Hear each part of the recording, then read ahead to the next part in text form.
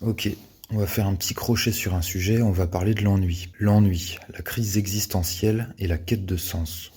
L'ennui et la crise existentielle sont souvent perçus comme des problèmes distincts, mais ils sont en réalité profondément liés. L'ennui, c'est parfois le premier signe d'un vide existentiel, et ce vide peut déclencher toutes sortes de réactions, quête de reconnaissance, angoisse existentielle, besoin de marquer son passage, peur de disparaître dans l'oubli, etc. On va explorer les dynamiques sous-jacentes. Grand 1, l'ennui comme premier signal du vide intérieur. L'ennui, ce n'est pas juste un manque d'activité, c'est un inconfort face à soi-même. Quand on est seul, sans distraction, face au silence intérieur, on peut ressentir un malaise profond. Pourquoi ? Parce que l'ennui met en lumière un manque de sens. Parce que l'ennui confronte à soi-même sans échappatoire. Certaines personnes ne supportent pas l'ennui et cherchent à le fuir à tout prix, en remplissant leur emploi du temps, hyperactivité, en consommant du divertissement, réseaux sociaux, séries, en cherchant des émotions fortes, drogue, conflits, drame inutile, problème. Ces stratégies masquent le vide mais ne le comblent pas. Si on n'apprend pas à gérer l'ennui, il se transforme en crise existentielle. Grand 2.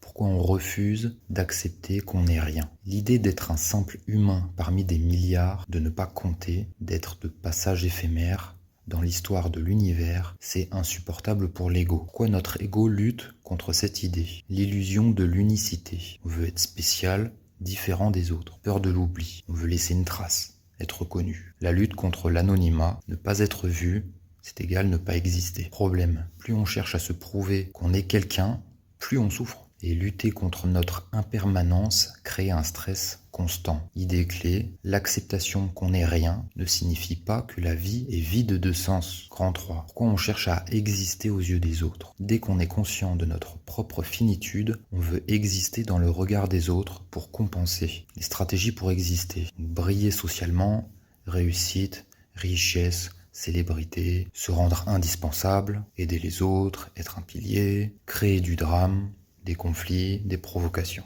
Ou laisser un héritage encore, œuvre, enfants, entreprise. Mais plus on dépend du regard des autres, plus on devient fragile. Si les autres nous valident, on se sent existant. Si on est ignoré, on se sent invisible, insignifiant. Les idées clés, c'est l'ego cherche à sauver son existence en s'imprimant chez les autres. Mais c'est une quête infinie et épuisante. Grand 4. La peur du vide pousse à l'action ou à l'autodestruction.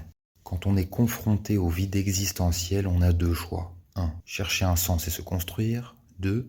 Fuir ou s'autodétruire. Les réactions courantes face au vide. Donc construire, donc philosophie, art, introspection, projet de vie. Se divertir, distraction, plaisir éphémère. Se détruire, autosabotage, dépendance, nihilisme extrême. Les paradoxes intéressants, ceux qui n'ont aucune réponse à la crise existentielle tombent parfois dans le désespoir. Et ceux qui trouvent une réponse trop rigide tombent dans l'illusion, idéologie, dogme, croyance absolue. Idée clé, la peur du vide peut être un moteur ou un piège. Grand 5, comment trouver un équilibre entre humilité et besoin d'exister. Tout l'enjeu est d'accepter qu'on n'est rien tout en trouvant du sens à son existence. Quelques pistes. Accepter l'impermanence ne laisse pas forcément une trace et c'est ok.